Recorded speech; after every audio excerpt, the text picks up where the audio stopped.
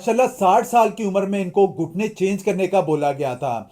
और अल्लाह पाक के फजलो करम से अल्लाह पाक ने इनको सेहत तंदुरुस्ती दी। ये चल के नहीं आ सकते थे, लेकिन अल्लाह का शुक्र है कि अब चल रहे हैं और इनके मामलात बहुत बेहतर हुए हैं। अस्सलाम वालेकुम भाईजान, कैसे हैं वालेकुम आप? ठीक है, सलाम खैरियत से रहमतुल्लाह हैं? क्या। अच्छा सर, बहुत सारे लोग सुन रहे हैं और अल्लाह की रजा के लिए बताइएगा, जिस तरीके से पहले आप हमारे पास आए थे, जी सर। अब कैसी तबीयत है बहुत आपकी? अच्छा हूँ अल्हम्दुलिल्लाह। हाँ। पहले जो है मैं सब लोगों को दिखाया, लेकिन हाँ। हिम्मत हार गया था। हाँ, बताया गया थे। लेकिन किसी ने बताया यहाँ का, तो हाँ। यहाँ से करा तो मैं अपने पाँव पे क्या, मैं उछल भी सकता हूँ, भाग भी सकता हूँ। अब माशाल्लाह अभी आप वो थोड़ा सा उछल के दिखाएं जरा, इधर ही, इधर उछल के। जी जी। ये देखें, ये बैठे भाग भी बैठे। सकता हाँ हूँ। माशाल्लाह। ये ये पहले चल नहीं सकते थे और अल्लाह का शुक्र है कि मेरे जितने भी पेशेंट्स हैं अपने आप को रिकवर कर रहे हैं। आपको अगर घुटने चेंज करने का बोला जा रहा है, कार्टिलेज का मसला आ गया है, और एक घुटना चेंज करवाने के 22 से 25 लाख रुपए लगते हैं और लोग मायूस हो जाते हैं। हर्बल में इलाज करवाएं।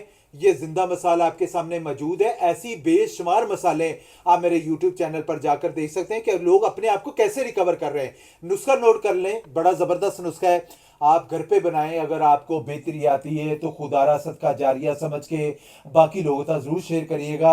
लेना क्या आप लोगों ने, मुस्तकी रूमी ले लेना 50 ग्राम, इस गंद नगोरी 50 ग्राम, ऊद बलसा लकड़ी 50 ग्राम, सिंगाड़ा 50 ग्राम, सुरंजान तलक 50 ग्राम, चोप चीनी 50 ग्राम, सुरंजान शीरी 50 ग्राम, गूंद छवारा 50 ग्राम और ज़ाफ़रान 2 से 4 ग्राम 5 ग्राम डालें। इन सारी चीज़ों को ब्लेंडर में ब्लेंड करके पाउडर बना लें। 1 चम्मच सुबह नाश्ते के बाद और 1 चम्मच रात को खाने के बाद इस्तेमाल करें। घुटने चेंज करवाने से पहले आप इस रेमेडी को इस्तेमाल करें। इंशाल्लाह ताला आप मायूस नहीं होंगे और आपके घुटने बहाल होंगे। मैं कहता हूं 101 किस्म का भी दर्द होगा, वो भी अल्लाह पाक के फजलो करम से आपका ठीक हो जाएगा। बाकी वीडियो अच्छी लगा करे तो प्लीज लाइक और शेयर जरूर करा करें। जजाकमुल्लाह खैर।